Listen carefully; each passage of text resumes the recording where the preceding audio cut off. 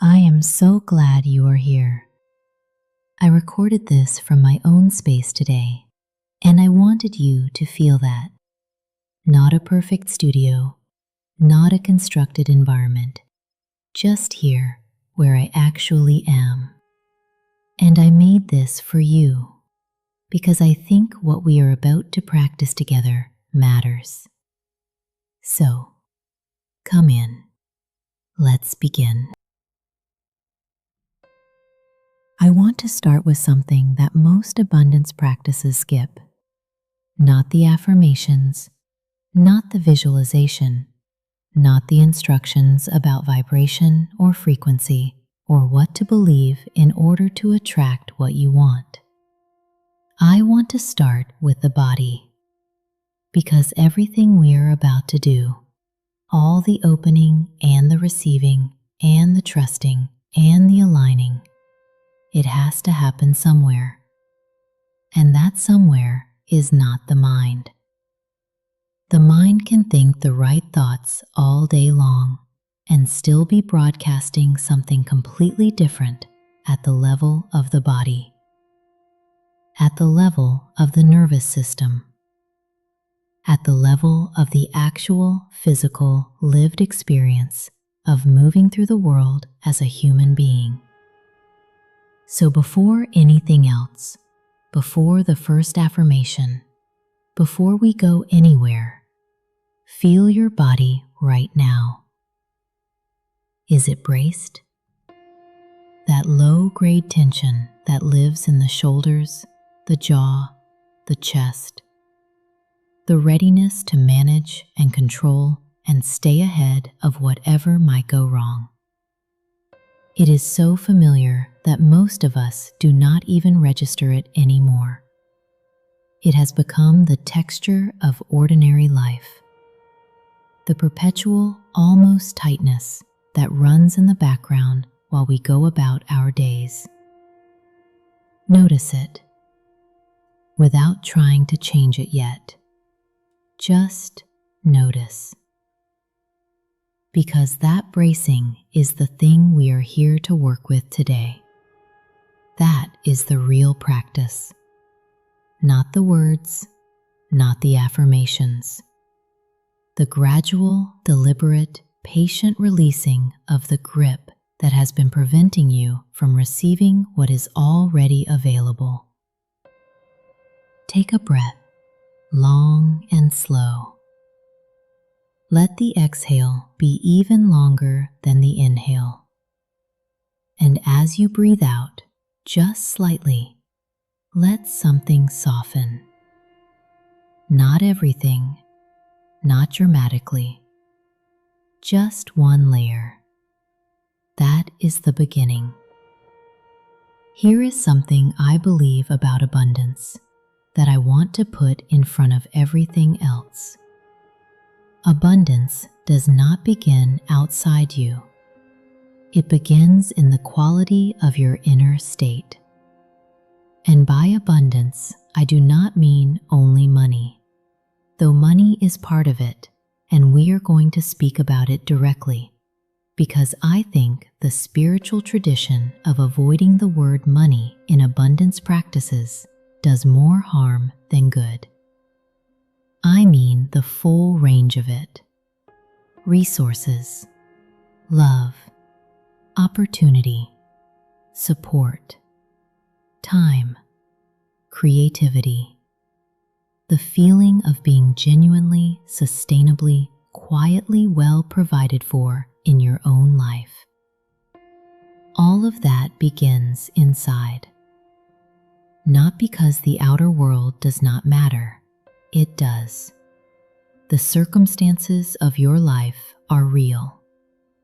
The practical, material reality of what you have and what you do not have yet, that is real.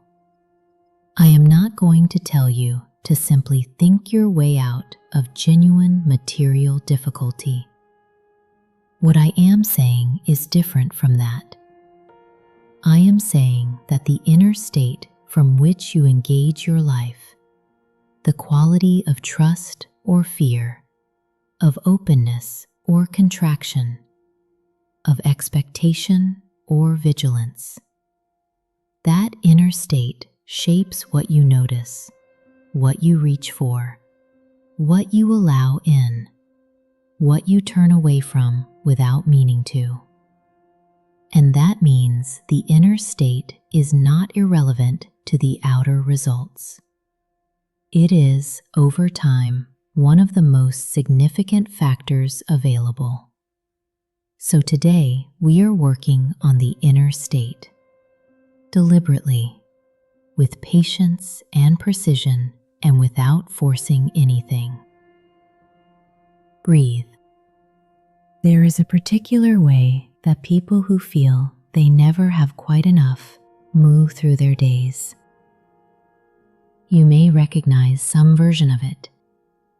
Slightly tense in the chest, scanning for the next problem before the current one has resolved. A perpetual sense of not quite caught up, not quite arrived, not quite enough done.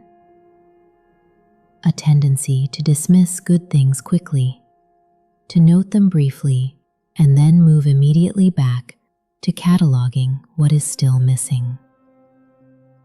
A difficulty resting because rest feels like falling behind. This is not a personal failing.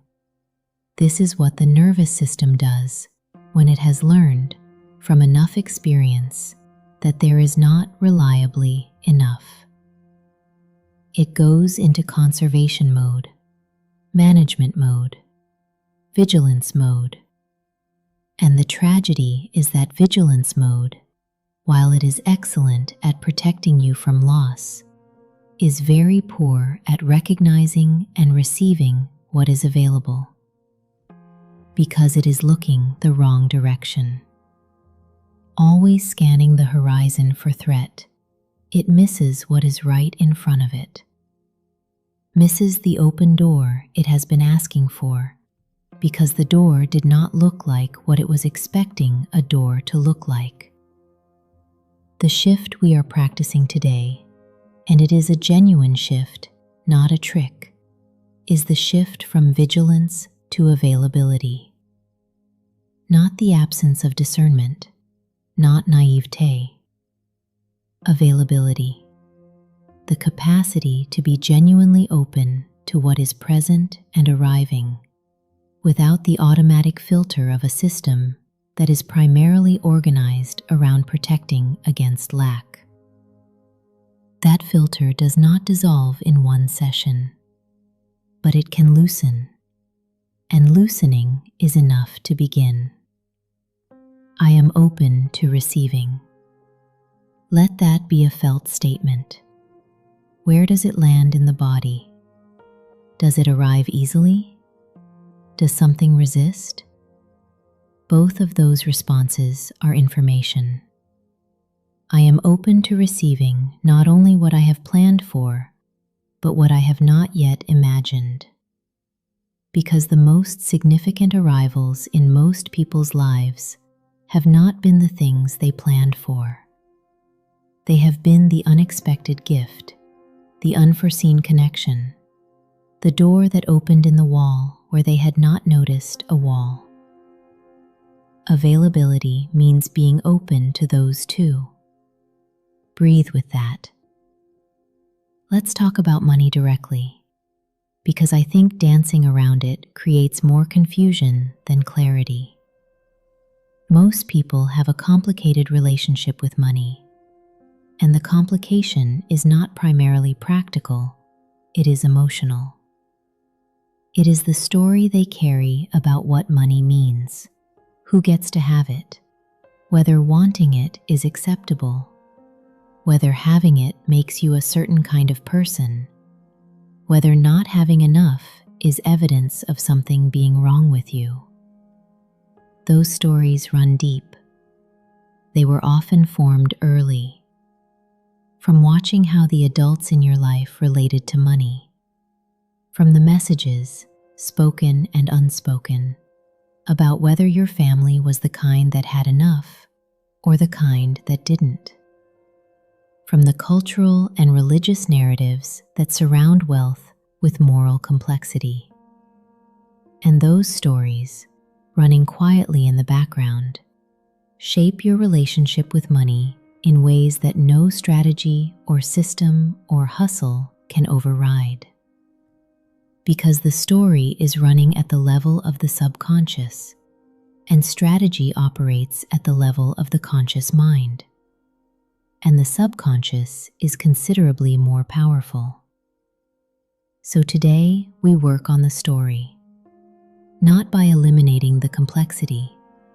The complexity is real and worth honoring, but by adding something alongside it, a different possibility, a different relationship with the idea of financial abundance. Money is energy. In its most basic form, it is a representation of value exchanged, of labor and creativity and service and care, moving through the world in the form of a currency that makes the exchange possible. As energy, it responds to the quality of the state you are in when you engage with it. Fear of losing it contracts it. The frantic urgency to gain it often pushes it further away. The genuine, grounded, trusting openness to it, the willingness to receive it without drama, to manage it without terror, to share it without guilt, that creates the conditions in which it moves more freely. I have a genuinely healthy relationship with money. Let that arrive. If there is resistance, there probably is at some level. Let the resistance be there without feeding it. Just let the statement also be there. Money flows to me through expected and unexpected channels. Not because of magic, because aligned people in aligned states see more opportunities, make better decisions, attract more collaborative and generative situations. The alignment creates the conditions. The conditions create the results. I receive financial support with gratitude and without guilt. This one matters because for many people, the receiving is the hardest part. The receiving requires the willingness to be someone to whom good things come. And that willingness requires at some level believing that you are worthy of it. You are worthy of it, not because you have done everything right, not because you are further along than you actually are, not because you have solved all the problems you are still working on. In this moment, in this body, in this actual life, you are worthy of receiving support. Let that land wherever it needs to. Now I want to offer you the practice of trust in timing, because one of the most common ways that people block abundance is through the urgency of wanting it now. The sense that if it has not arrived by a particular point, it is not coming. The fear that the delay is evidence of permanent lack rather than temporary process. Time works differently than the anxious mind believes. Things that are genuinely forming, connections that are genuinely building, opportunities that are genuinely approaching, they do not move on the schedule of the anxious mind. They move in their own time, which is often frustratingly unhurried from the inside, but which, from the perspective of looking back, turns out to have been precisely the right time. I trust the timing of what is coming to me, not because I know the timeline, not because I have been given proof, but because I have lived enough to know that the things I most value in my life arrived when they arrived, not when I decided they should. And that their timing, however frustrating in the moment, often turned out to serve something I could not have seen while I was inside the waiting. I release the urgency that is not serving me. Feel what that does in the body. The urgency lives somewhere specific, usually in the chest or the throat or the belly. And when you name it and offer it permission to release, something loosens, even slightly, even temporarily. I trust what I cannot yet see. This is not blind faith. It is the practiced trust of someone who has returned again and again to the recognition that life has been doing something even in the chapters that felt like nothing was happening. That the invisible work continues. That the growth happens in the ground before it breaks the surface. You are in the ground right now, if that is where you are. And the ground is where the real work happens. Breathe, slow and complete. Let's talk about worthiness, because everything we have been moving toward lands here. The deepest block to receiving is not strategic. It is not about knowing the right techniques or maintaining the right frequency or finding the right community. The deepest block is the quiet, persistent, often unexamined belief that you are not quite worthy of the abundance you desire. That belief does not usually announce itself loudly. It operates in the background as a kind of soft resistance, a slight pulling back from the full reach, a hedging, a qualification, a tendency to want what you want with one hand while the other hand is subtly pushing it away. Where does that belief come from? Usually from early experiences of not receiving, of reaching and not finding, of asking and being told no, of wanting and being made to feel that the wanting itself was too much. The belief forms in those moments, quietly, as a protection. If I do not want too much, I will not be disappointed. If I do not expect, I will not be hurt.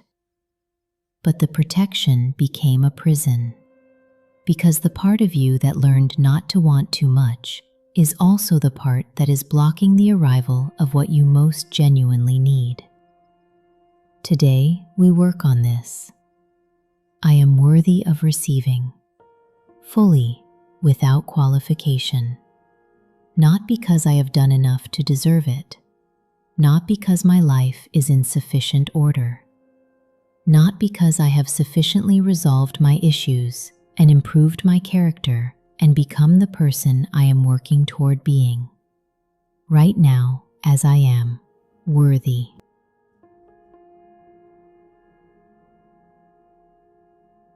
Let that be a felt recognition, not just a stated affirmation. Let it arrive in the body, in the chest, in the belly, in the place where the oldest beliefs live. And let it challenge whatever is there that would resist it. The resistance is not the truth. The resistance is the old protection that has outlived its usefulness. I allow good things to happen to me. I allow support to arrive. I allow resources to flow. I allow love to find me. I allow the life I genuinely want to become, gradually and sustainably, the life I actually live. I allow. That word is the practice. Not achieve, not earn, not prove, not fight for. Allow. Because allowing is what the clenched fist cannot do. And so much of what we have been carrying has been in clenched fists. The tight control, the vigilance, the management, the reluctance to let anything arrive that we have not specifically prepared for and approved of in advance. Open the hands, not metaphorically, physically if you are willing. Open your hands right now. Let them rest, palms upward, open. Feel the difference between that position and the position of gripping. The open hand is the posture of receiving. Let the body practice it. Before we arrive at the closing, I want to offer one more thing. Something practical. Something you can actually carry out of here.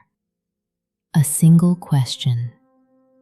One that is worth sitting with throughout the day. Not as an analysis, not as something to solve, but as something to notice. The question is, where am I gripping right now? Not metaphorically, physically. Where in the body is there a holding, a tightening, a bracing against something? The shoulder that is slightly lifted, the belly that is slightly pulled in, the jaw that is not quite relaxed, the chest that is not quite fully open. Because every one of those places is a place where energy is not flowing freely. A place where the body has made itself smaller in anticipation of something that may or may not actually be coming. A place where the old protection is still doing its job, even though the original threat is long past. When you find it, and you will find it because we all carry it somewhere, don't fight it. Don't criticize yourself for it. Just notice and breathe into it. One slow exhale, directed intentionally toward wherever the grip is.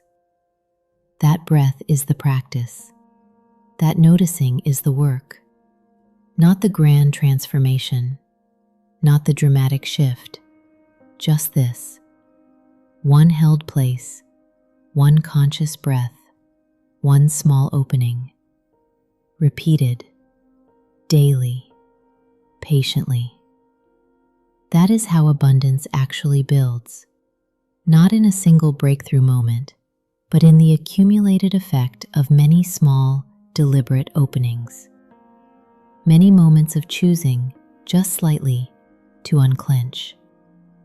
I am practicing the art of opening, every day, in small ways, in the ordinary moments when no one is watching and nothing is dramatic. That is where the real work lives, and that is where the real change accumulates. We are approaching the end of today's practice. Before we close, I want to offer you one final invitation.